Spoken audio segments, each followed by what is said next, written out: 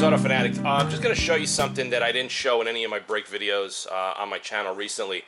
Whenever I do any kind of a brake swap, whether it's pads or rotors or whatever, I always do new pads and new rotors. That's just the way I am. Call me crazy, but that's just what I learned over the years, especially being in the service business. Replace everything at once and never have a client come back. Cutting rotors is really a thing of the past as far as cutting them on a brake lathe. You just don't do that on a performance car. But there is one solution that does work. There is a company that has a machine that stone grinds rotors and flywheels. And we actually had a lot of stuff done over the years, and we were looking at buying one of those machines for our old shop. But it's like, over 100 grand. And to be honest with you, I don't really want to be in the rotor resurfacing business. So it just doesn't make sense. There is a guy that has that machine. He's about an hour away from me, but it's just a hassle to deal with him. But for the most part, if the rotors aren't grooved and you just want to give them a quick, light resurface, you want to have the new pads bed into the rotors. You don't want to have transferred brake material from the old pads on there. It's going to cause squeal, it's going to cause some brake shudder and everything in between. So I got a couple of tools on my table here, and I want to show you things that you can and really shouldn't use. Regular sanding block with some 80 grit. If you try to do your rotors with this, you're going to be goddamn exhausted. I don't really recommend this. A lot of mechanic shops use the 3-inch wheel here. The problem with these, they spin at such a high RPM, and you tend to scallop and gouge deep scratches into the rotor surface. And trust me, you don't really want to use this tool. You don't want to go that aggressive. If you're trying to get stuff out or grooves that are that aggressive, get new rotors or look for a place that could stone grind them so it looks like OEM again. This is my Dynabrade 3-inch DA. This is a 3/32 sander. This is what we're going to use today because my rotors don't have grooves. Just want to get the transferred brake pad material off the disc and clean up the surface. And this is my Dynafile. Don't really want to use this, but you can go around the rotor with this. But to be honest with you, there's not a lot of surface area. It's going to take you forever.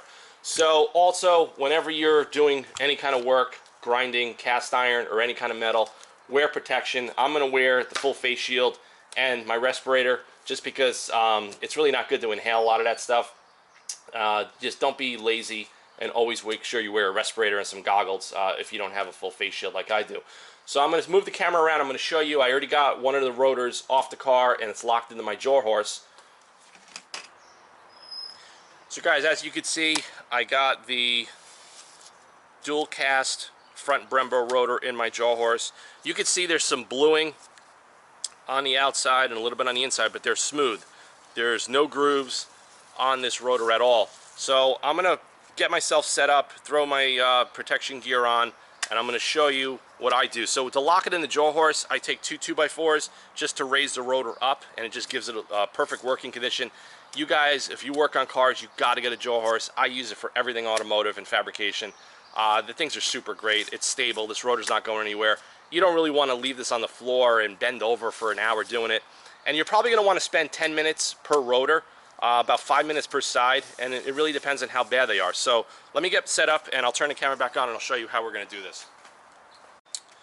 All right, guys, I'm actually going to use my Flex PE14 small rotary to do the rotor, just because I think it's going to make the job go a lot quicker because I'm pressed for time right now. Just doing it with the DA is just going to take way too long, and I just don't want to sit here for that much time. So here we go. And I got a 100 grit Festool sanding disc on here.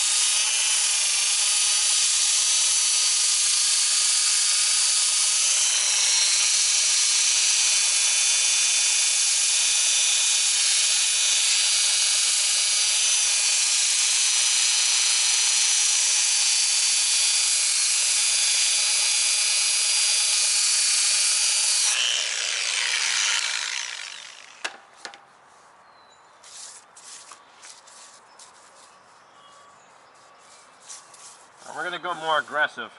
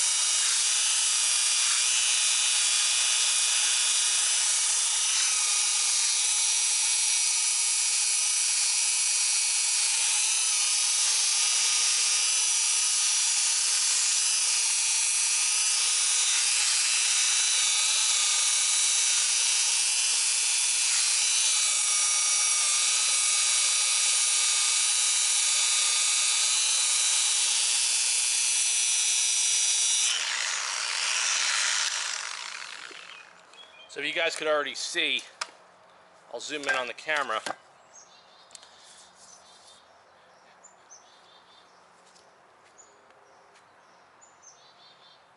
You guys can see how fresh this rotor surface is right now. It's perfect.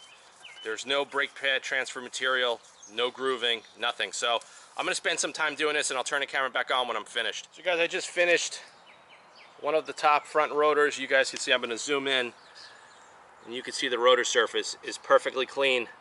I got all the transferred brake material off the rotor. There's no scoring, there's no gouging. It's perfectly smooth. And then I just give it a wipe with some parts cleaner and a shop towel. So that's just a little tip, guys. Just take your time. I use these little guys here, and I use my Flex PE14 rotary tool to do it. It just seems to cut a lot quicker. If you're going to use a pneumatic tool, it's going to take you forever.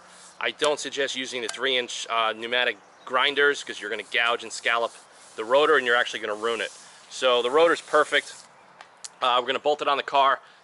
So this is the back side of the rotor. As you guys can see, this is all the transferred brake material on the rotor that we're going to get off. So you saw the top side how I did it.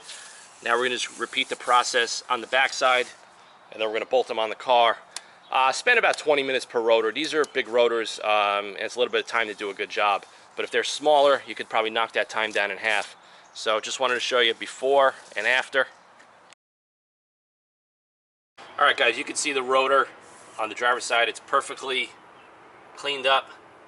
There's no grooves, no bluing, no remaining old brake pad material that's been transferred on there. Take the time, do it right. Use a 3-inch to a 4-inch sanding disc between an 80 grit and a 100 grit. Use a rotary tool.